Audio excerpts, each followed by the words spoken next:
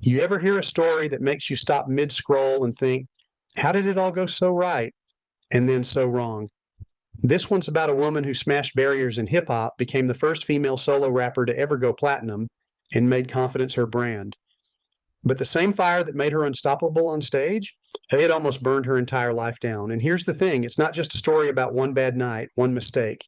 It's a lifetime of battles, some fought in public, others kept behind closed doors, that shaped who she is today. This is the untold journey of Day Brat, how Shawntae Harris went from church choirs to hip hop royalty, from platinum records to prison time, and eventually to living her truth out loud. By the end of this, you might see her in a completely different way. Shawntae Harris was born in Chicago's West Side, a part of the city where you learn to be tough early. Her parents weren't married, so she bounced between their homes. Some weeks it felt like two different worlds. Life was chaotic, but there was one thing she could hold on to: music. It didn't start in a club or a cipher. It started in a Pentecostal church, the kind where services go long, the choir shakes the walls, and music feels like oxygen.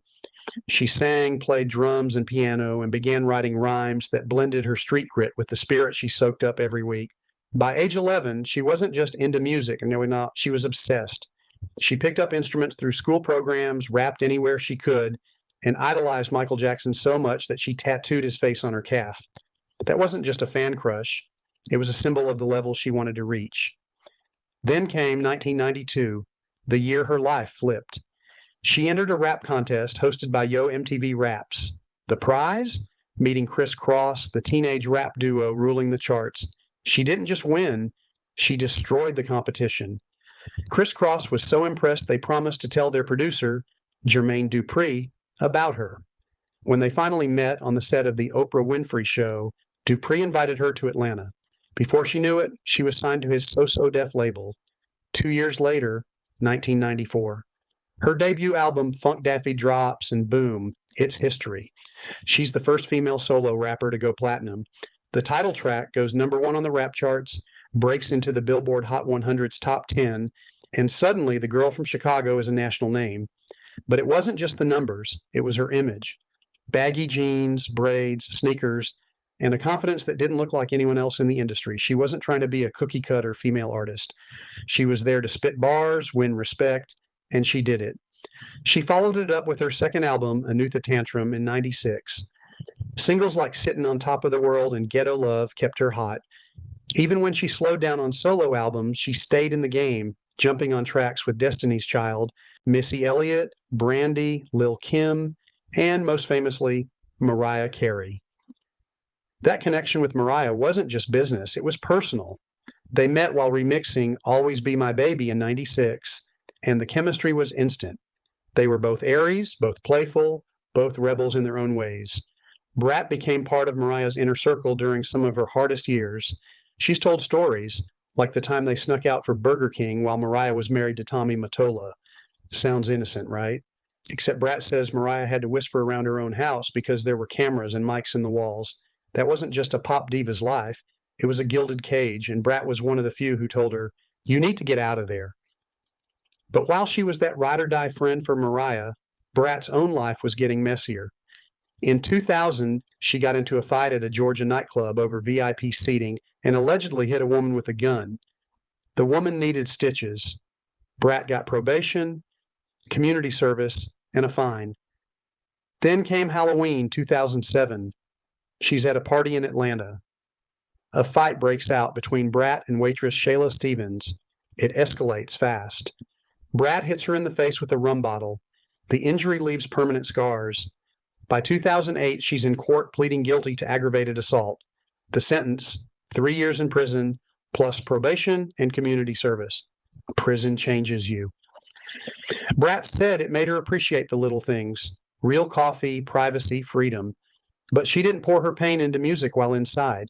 She didn't feel inspired. Instead, she started writing her life story. When she got out in 2011, Dupri celebrated publicly. But the trouble wasn't over. Stevens sued and won $6.4 million. Brat admitted she was wrong and that Stevens deserved compensation, but said that amount was outrageous. Still, she came back swinging. She dropped a mixtape, acted in movies like Kazam and Glitter, guest starred on Empire, became a radio and TV host, and even returned to reality TV. By 2018, she released The Return, her first solo album in 15 years. But there was one part of her life she kept locked away, her sexuality. For decades, she stayed private.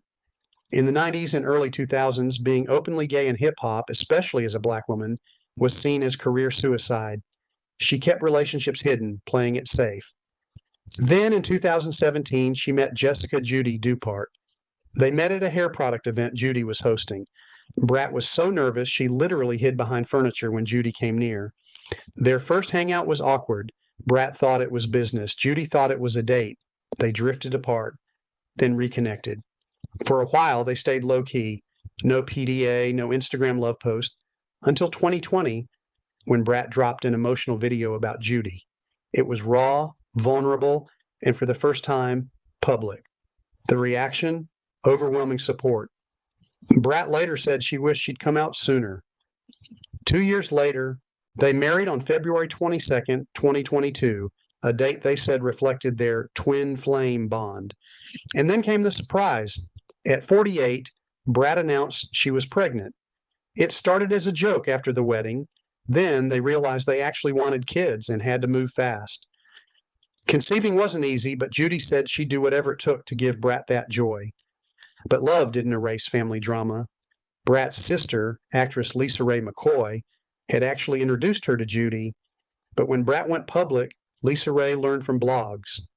On a live birthday surprise, she broke down saying she was hurt she wasn't told first. They made up until 2022, when Lisa Ray found out on social media that Brat was planning to have kids. Brat was hurt this time.